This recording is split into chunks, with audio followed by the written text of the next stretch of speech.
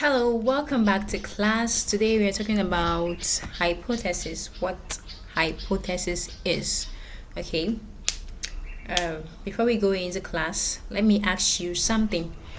Do you believe that getting more sleep helps you perform better? Well, most people do, but here is the thing, that belief on its own is not a hypothesis. It is not science. It's just a feeling that feels true.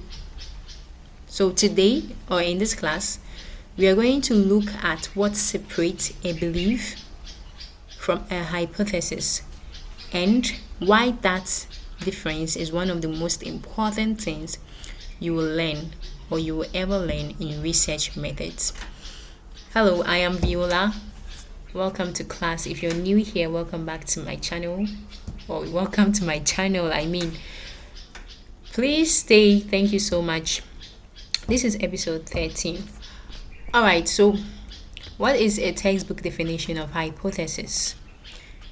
Well, hypothesis is a tentative proposition about the relationship between two or more variables. I want to break down that definition word by word because each word is doing a very serious work. So when I mean by tentative, I mean it is not a fact yet. Your hypothesis is not a fact yet. It is just a prediction. Okay, you are saying, I think this is what will happen. All right, and the data that you would collect will either support you or contradict you. Okay, so what is proposition doing here? Proposition is a statement, right? It's not a question. So you move from I wonder if to I predict that. You see, so now that is a proposition and that shifts everything. So in my previous class, I said, a research problem comes from many places. I already told you personal curiosity. I already told you gaps existing in maybe an existing knowledge or that. So now you are there and you have to create an hypothesis. You have to move from a question to a statement. So now you're not wondering, now you are predicting. Okay, and that is the shift in everything. Okay. Also, I said we're going to talk about the relationship between two or more variables in the definition of hypothesis. All right. So, a hypothesis must connect things. It it doesn't just it must not just describe one thing. Okay. It must say that when X changes, Y changes. So that explains the relationship between two or more variables. Okay. So now that I have broken down that definition, which makes it easier. I want you to know that every hypothesis must have three qualities. Number one, it must be testable. Okay, you must be able to collect real life data that either supports or contradicts the hypothesis. And if no data in the world could touch your claim, then it does not belong in science. So just forget about that claim. Another quality your hypothesis must have is it must be falsifiable. Okay, and this is a big one because what is it saying? It must be possible to prove it wrong. All right. And I already said that this comes from the philosopher Karl Popper. whose 1959 work, The Logic of Scientific Discovery, changed how we define science. His argument was simple: a claim that can never be proven wrong is not a scientific claim, it is a belief. All right. And your hypothesis must be specific. Okay. A hypothesis must name its variables and predict a direction. Vague predictions produce vague studies, and vague studies produce answers nobody can use. I hope you got that. Please, if you have any questions, don't hesitate to ask. If I have to go learn more to give you answers, I'll do that. All right. So let's move to the next slide. So let me show you what it looks like, what everything I just said looks like in practice. Because the difference between a good hypothesis and a weak one is not about intelligence.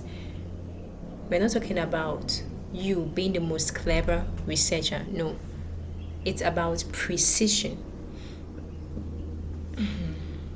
All right, so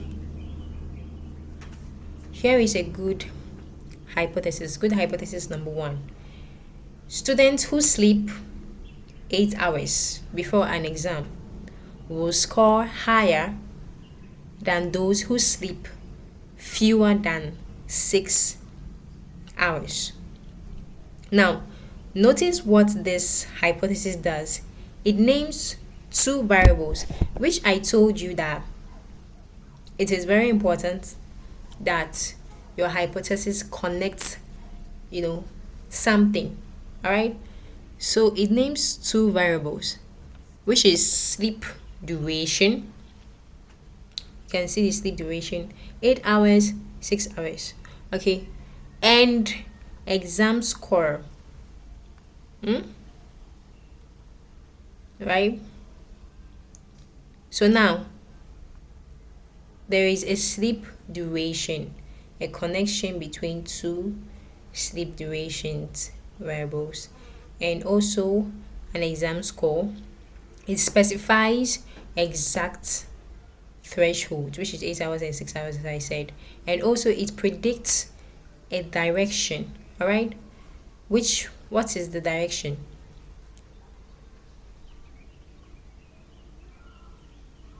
More sleep.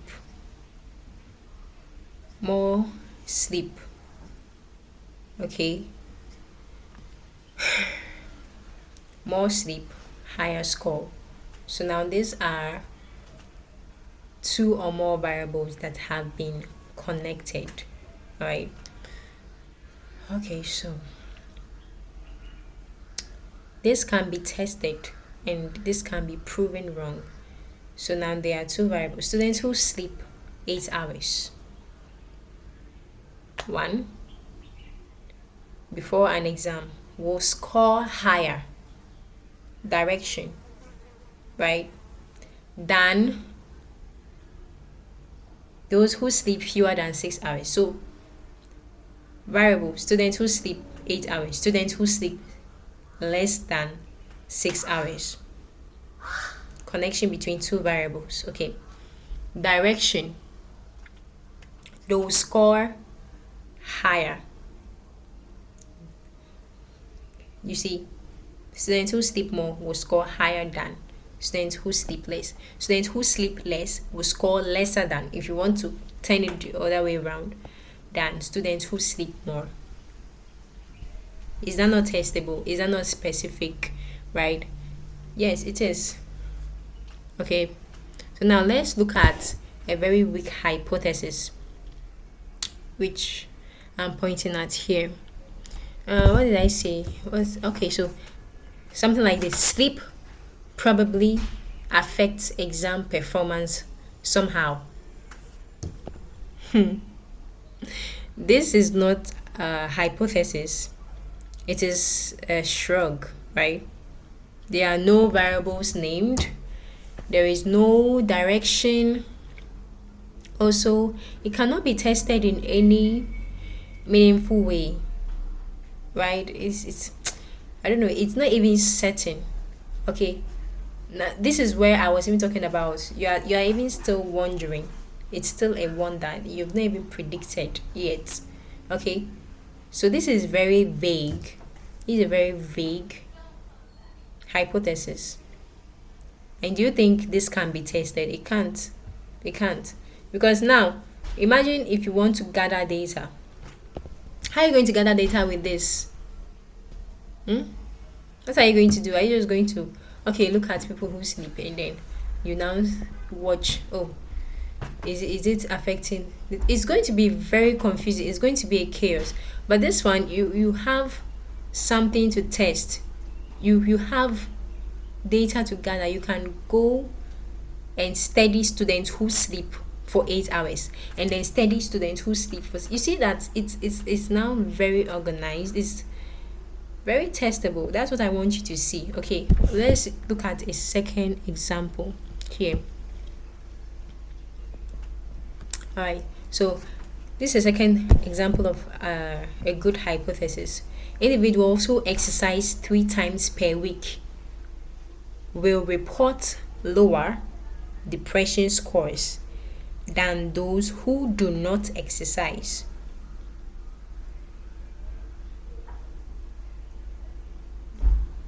So this has two variables. I know from what I have explained previously from the first one, you already know it, you've already seen it. There is a clear direction and there is also a measurable outcome. It can be tested, it can be falsified, and all that. Right? Now look at the second one. Exercise is good for your mental health. Wow. Wow, right? Yeah, I mean, it sounds reasonable and it might even be true. But this is the thing about research, right? Good, so a good statement or something that is measurable, I say measurable, reasonable, I mean, is not a measurable variable, all right? You cannot put a reasonable or good statement into a statistical test. So this makes it a belief. This is not an hypothesis. It can't be tested, right? It cannot. All right. So the rule is very simple. Okay, if you cannot measure it, you cannot test it. And if you cannot test it, science cannot touch it. Okay? All right, so let's look at a real life example of this.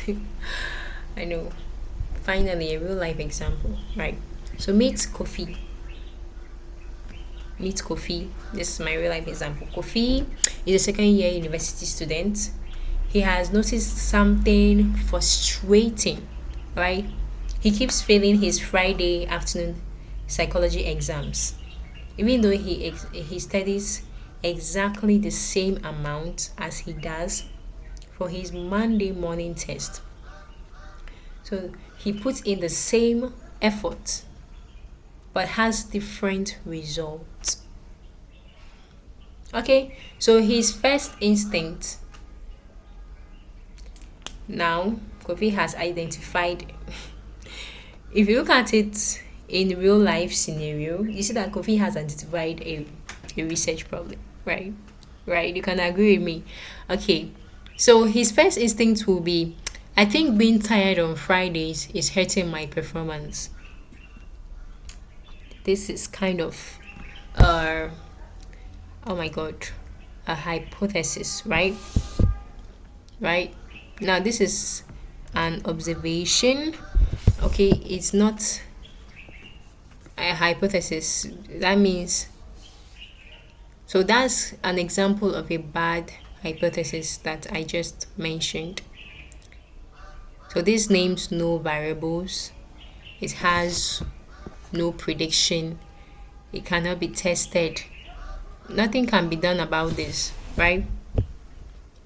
Right now, it's just a personal, should I say, belief. Okay, so this is like a feeling. So he has not named his variables precisely, he has not predicted a direction that can be tested. So he cannot take that sentence to a researcher and ask them to study it meaningfully. But then Kofi does what this episode teaches. He comes to my class and he goes like, wow, Viola is really, really saying something here. I'm so thankful. I'm so grateful that I came across this video. I came across this class. And then he goes like, now his thinking is sharpened. And then he forms a real hypothesis from what he learns from here, right? Which is students who sleep fewer than 6 hours on a Thursday night will score significantly lower on Friday morning psychological tests than those who sleep 8 or more hours. Right? So now remember that this is not a fact. This is a hypothesis. Okay. So I know somebody will be there and be saying, how is that possible? Please do not forget. Please do not forget that this is not if this is the hypothesis that Kofi has now done, and he's about to test it. He's about to do everything that he does to follow the 6 steps process that I have already talked to you about, and he's going to get a conclusion, which could a conclusion, right? So either he's going to accept his study or he's going to reject it. So from what we have done, this was actually, this hypothesis I just used as an example is backed by real research, all right, by Stick Gold's 2005 study in Nature on sleep and memory consolidation that showed that sleeps play a direct role in how the brain processes and retains information after learning. So go check it out. But I used it as an example because I want you to see how a specific testable, falsifiable hypothesis, a good hypothesis, put simply, can actually be tested, right? So why does this work? Now look at what Kofi hypothesis does, right? It is specific, it has exact hours, it has exact timing, it names 2 variables, which is sleep duration and test performance. So it is testable, right? Kofi can collect data exactly on this question and it can be falsifiable. The data can come back and show no difference at all. Okay, so the risks of this data that, or this hypothesis, the risk of it being wrong is what makes it science. Alright, so whenever you bring up a hypothesis, always know, always expect, right, to be wrong. Okay, that's what makes it science. Alright, so let's go to our 3 key takeaways for this class. 1, hypothesis is not a guess, it is a specific, testable, falsifiable prediction stated clearly before any single piece of data is collected and the other matters. Number 2, if your prediction cannot be proven wrong, it is a belief, not a scientific hypothesis. That is Popper's test and it applies to every claim in psychology. So I'm not saying that you must not be, or maybe your result must not come out positive. It must come out negative. No. What I mean by this is that you should expect this result to be proven wrong. Okay. You should expect it. You should expect new evidence to come up. You should expect new information to come out to update your your study or your hypothesis. All right, because that's what makes it science. Okay. Yes. So the third takeaway is every strong hypothesis names two variables and predicts the direction of their relationship. So if you have a vague hypothesis, you're going to have a vague outcome. Wow, this class is a lot, and we are going to go even more deeper and deeper. Alright, so in our next class, we'll go to the next level, which is reliability and validity. These are the two standards that every study must meet to be taken seriously. And the thing is, most people confuse them, they kind of interchange them sometimes, and we are going to fix that. So, see you there. See you in the next class. Bye.